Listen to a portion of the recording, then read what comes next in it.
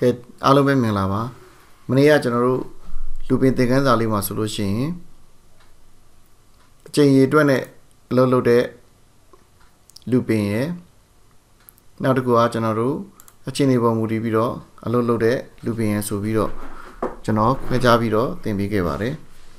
အဲ့တော့ဒီလူပင်နေနဲ့ဆိုင်တဲ့သင်ခန်းစာတွေအများကြီးထည့်ပေးပါမယ်ဒီသင်ခန်းစာတွေကိုမရှင်းလို့လည်းပူမနေပါနဲ့ဒီလိုသင်ခန်းစာတွေအများကြီးလုံရင်လည်းတဖြည်းဖြည်းနဲ့ကျွမ်းကျင်သွားပါလိမ့်မယ်အဲ့တော့ while looping လေးကတော့သူကအသုံးတဲ့ပါတယ်ကျွန်တော်တို့လိုချင်တဲ့အခြေအနေကိုရအောင်စစ်ယူတာဖြစ်ပါတယ်အဲ့တော့ဒါကျွန်တော်တို့က100တဲ့ငယ်ရင်ဆိုတာ100တဲ့ကြီးရင်ဆိုလို့ရှိရင်ဒါလေးရွေးလိုက်ရုံပါပဲတကယ်လို့100တဲ့ငယ်ရင်ဒါမှမဟုတ်တူရင်ဆိုတာက100တဲ့ငယ်ရင်ဆိုတာ100မပါပါဘူး100တဲ့ငယ်ရင်ဒါမှမဟုတ်ဒီမှာ equal to လေးပါတဲ့အတွက်ကြောင့်100နဲ့တူရင်လည်းမှန်မှာဖြစ်ပါတယ်ဒီကောင်ကျတော့100တဲ့ကြီးရင်ဒါမှမဟုတ်100နဲ့တူရင်အဲ့တော့100ကိုထည့်စဉ်းစားရင် equal to ပါမှာဖြစ်ပါတယ်ဒါ100နဲ့မတူတဲ့အခြေအနေအကုန်လုံးမှာအလုပ်လုပ်မှာပါဒါ100နဲ့တူတဲ့အခြေအနေမှာအလုပ်လုပ်မှာဖြစ်ပါတယ်အဲ့တော့ဒီ while looping မှာဆိုလို့ရှိရင် looping တဲ့ကဒီစစ်ရမယ့် expression ကိုစစ်လိုက်ပြီးတော့မှန်လို့ရှိရင် looping အလုပ်လုပ်မှာဖြစ်ပြီးတော့မှားလို့ရှိရင် looping တွေကနေပြီးတော့ထွက်သွားမှာဖြစ်ပါတယ်အဲ့တော့မှန်ရင်တော့မှ looping အဆုံးရအောင်တစ်ခါပြန်စစ်မယ်အချိန်ချင်းစစ်နေမှာဖြစ်ပြီးတော့တစ်ခါမှားပြီဆိုတာနဲ့အပြီးထွက်သွားမှာဖြစ်ပါတယ်ဒါကတော့ forever looping ဖြစ်တဲ့အတွက်ကြောင့်မှားပြီးထွက်သွားပြီမဲ့နောက်တစ်ခါအစအနေပြန်စစ်မယ်မှားပြီးထွက်သွားတဲ့ချိန်ကျလည်းပြန်စစ်မယ်ဒီလိုမျိုးအလုပ်လုပ်တဲ့သဘောလေးရှိပါတယ်အဲ့တော့တခြား looping လေးတွေကိုဒီနေ့ဆက်ပြီးတော့ကြည့်ကြအောင်မြင်တော့ LED တွေနဲ့ကျွန်တော်တို့ပြတာဖြစ်ပါတယ်တကယ်သူ့ရဲ့အသုံးချနိုင်တဲ့စွမ်းရည်ကတော့အဆုံးအစမရှိပါဘူးကျွန်တော်တို့ variable တွေကိုအကြောင်းကိုအနည်းငယ်ဆွေးနွေးထားတာရှိပါတယ်ပြန်လဲဆွေးနွေးပေးပါဦးမယ်ဒီမှာကျွန်တော်တို့ကဒီအချိန်ရည်အတွက်ကို index နဲ့ရည်တဲ့စနစ်ကိုသုံးတာဖြစ်ပါတယ် for looping က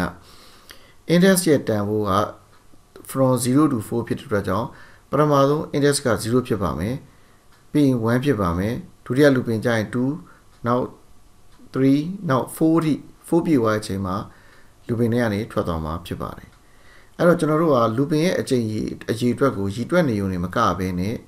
index ရဲ့တန်ဖိုးကယူသုံးလို့ရအောင်ဖန်တီးထားတာဖြစ်ပါတယ်ဥပမာဆိုလို့ရှိရင်ရိုး looping လေးအရင်စပြီးရေးကြည့်မယ်ထုံးစံတိုင်း LED လေးကိုဖွင့်လိုက်ပိတ်လိုက်စမ်းကြည့်အောင်ခဏရဲဖို့အတွက်ဒီ pass လေးတစ်ခုလိုမယ် pause လုပ်ထားမယ် clear လုပ်မယ်အဲ့တော့ကျွန်တော်နည်းနည်း site တီးလိုက်ပါမယ်အဲ့တော့ on stack ကိုထားလိုက်မယ် pass လုပ်အခုဒါကျွန်တော်တို့ရိုးအလုပ်လုပ်တာဖြစ်ပါတယ်ရိုးအလုပ်လုပ်တာပါ index တန်ဖိုးသူသုံးမထားပါဘူးရိုးအချိန်ကြီးအတွက်ကိုပဲအလုပ်လုပ်တာပါဘယ်နှချိန်အလုပ်လုပ်လဲသိကျင်တယ် on step မှာထည့်မယ် forever မှာဆိုကျွန်တော်သိရမှာမဟုတ်တစ်ခါနှစ်ခါသုံးခါလေးခါငါးခါအဲ့တော့0 to 4ဖြစ်တဲ့အတွက်ကြောင့်5ချိန်အလုပ်လုပ်တာဖြစ်ပါတယ်ဒါကိုပို့ပြီးမြင်သာအောင်လို့ကျွန်တော်တို့ index တန်ဖိုး print ထုတ်ကြည့်ပါမယ် index တန်ဖိုးကို show number နဲ့ကျွန်တော်သွားပါမယ်အဲ့တော့ show number နဲ့သွားမယ်ခဏစောင့်မယ် show number နဲ့သွားမယ်ခဏစောင့်မယ်ဒီ index တန်ဖိုးကျွန်တော်တို့က print ထုတ်ကြည့်ပါမယ်ဘာလဲလို့0 1 2 3 4ဒီနည်းနဲ့ကျွန်တော်တို့က0ကနေ4ထိ print ထုတ်ပြနိုင်ခဲ့ပါတယ်အဲ့ဒီ0ကနေ4ထိက index ကနေပြီးတော့ယူထားတာဖြစ်ပါတယ် index ရဲ့တန်ဖိုးက0ကနေ4ထိပြောင်းသွားတာဖြစ်ပါတယ်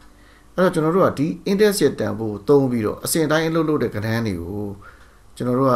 သင်္ချာ equation တွေရှာထုတ်တဲ့နေရာမှာအသုံးပြုနိုင်ပါတယ်ကလေးတွေအတွက်တော့ဒီသင်ခန်းစာနည်းနည်းအဆင့်မြင့်နေပေမဲ့နည်းနည်းအတန်းကြီးတဲ့ကလေးအတွက်တော့ဒါအသုံးတဲ့သင်ခန်းစာတစ်ခုဖြစ်ပါတယ်ကျွန်တော်တို့တခုပြောစရာရှိတာဘလောက်တုံးတွေကိုဒီလိုဘေးကိုဖယ်ထားရင်အဲ့ဘလောက်တုံးတွေထည့်အလုပ်မလုပ်ပါဘူး constant နဲ့ forever ကျဲမှာရှိနေတဲ့ဘလောက်တုံးတွေပဲအလုပ်လုပ်တာဖြစ်ပါတယ်အဲ့ဒါလေးကိုသိအောင်လို့ရှင်းပြတာဖြစ်ပါတယ်အဲ့တော့ကျွန်တော်တို့ကဒီမှာ index ရဲ့တန်ဖိုးကိုကျွန်တော်တို့က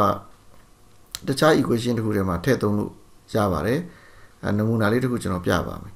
အဲ့တော့ variable သင်ခန်းစာတွေမှာပါတဲ့အတိုင်းပဲကျွန်တော်တို့က variable လေးတွေဖန်တီးကြည့်ပါမယ်ဒါတော့ x အဲ့တော့ x တန်ဖိုးက index ပေါ်မူတည်ပြီးတော့ပြောင်းခြင်းတယ်ဆိုရင်ကျွန်တော်ဘယ်လိုရေးမလဲ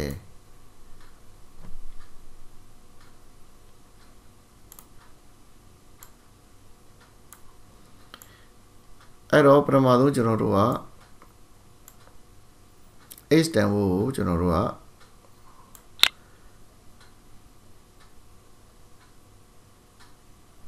သင်္ချာနည်းတစ်ခုသုံးပါမယ်အဲ့တော့ x ရဲ့တန်ဖိုးက index ရဲ့တန်ဖိုးကို2နဲ့မြောက်တဲ့တန်ဖိုးဆိုပါတော့2နဲ့မြောက်တာဖြစ်တဲ့ကြောင့်အမြောက်သင်္ကေတလေးကိုထည့်လိုက်မယ်ဟော2နဲ့မြောက်မှာဆိုတော့ဒီမှာ2ထည့်လိုက်မယ်အဲ့တော့ x တန်ဖိုးကို index ကို2နဲ့မြောက်ပြီးတော့ x တန်ဖိုးဖြစ်ပြောင်းလဲလိုက်ပါမယ်ပြီးအဲ့ဒီ x တန်ဖိုးကျွန်တော် print ထုတ်ကြည့်ပါမယ်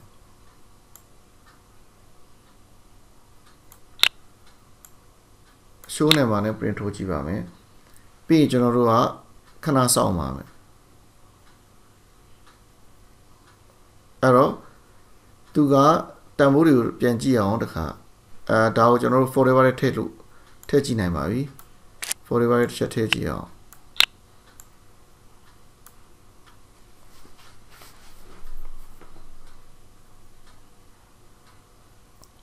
အဲ့တော့2468 02468ဆိုပြီးတော့ရနေမှာဖြစ်ပါတယ်0ကို2နဲ့မြောက်ရင်0ပဲရပါတယ်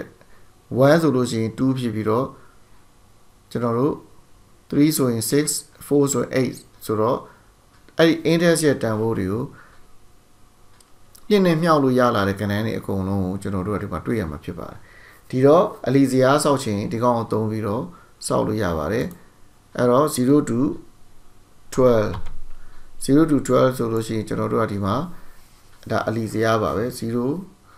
နဲ့အလီဖြစ်ပါမယ်6 8 10 12စသဖြင့်ဒါအလီကိုရေးသွားမှာဖြစ်ပါတယ်အဲ့တော့3လီလိုချင်းဒီမှာကျွန်တော်တို့က3နဲ့မြောက်ပြီးလိုက်ရုံပါပဲဒါဆိုရင်0369စသဖြင့်သွားမှာဖြစ်ပါတယ်အဲ့တော့4လီဆိုရင်ဒီမှာ4ထည့်ပြလိုက်လို့ရှိရင်အလီကိုသူတွက်ပြီးသွားမှာဖြစ်ပါတယ်အဲ့တော့ဒီကဏ္ဍတွေကိုကိုလိုသူထိန်းချုပ်ရတာအရေးကြီးပါတယ်ဒီ gain တွေထဲမှာဒီကဏ္ဍတွေကိုသုံးပြီးတော့အတွက်ချက်တွေကိုသုံးပြီးတော့ very ကျွန်တော်တို့ဖန်တီးပြီးတော့အကောင်တွေသူတို့ရဲ့စွမ်းရည်တွေသူတို့ရဲ့ရန်သူတွေမထိမ့်မှတ်တဲ့အပြုအမူတွေဒါတွေကိုဖန်တီးထားတာဖြစ်ပါတယ်အားလုံးကသင်္ချာနဲ့ဖန်တီးထားတာပါအဲ့တော့ဒီနေ့သင်ခန်းစာလေးကိုဒီလောက်နဲ့ပဲအဆုံးသတ်လိုက်ပါမယ်အားလုံးကိုကျေးဇူးတင်ပါတယ်